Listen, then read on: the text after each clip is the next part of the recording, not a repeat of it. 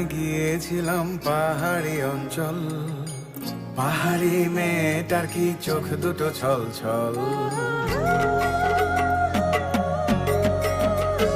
ও একবার আমি গিয়েছিলাম পাহাড়ি অঞ্চল, পাহাড়ি মেয়েটার কি চোখ দুটো ছল ছল। ছল নাকি জল, চঞ্চল মেয়ে তুই বল। ছল কেন চোখে জল, চঞ্চল মেয়ে তুই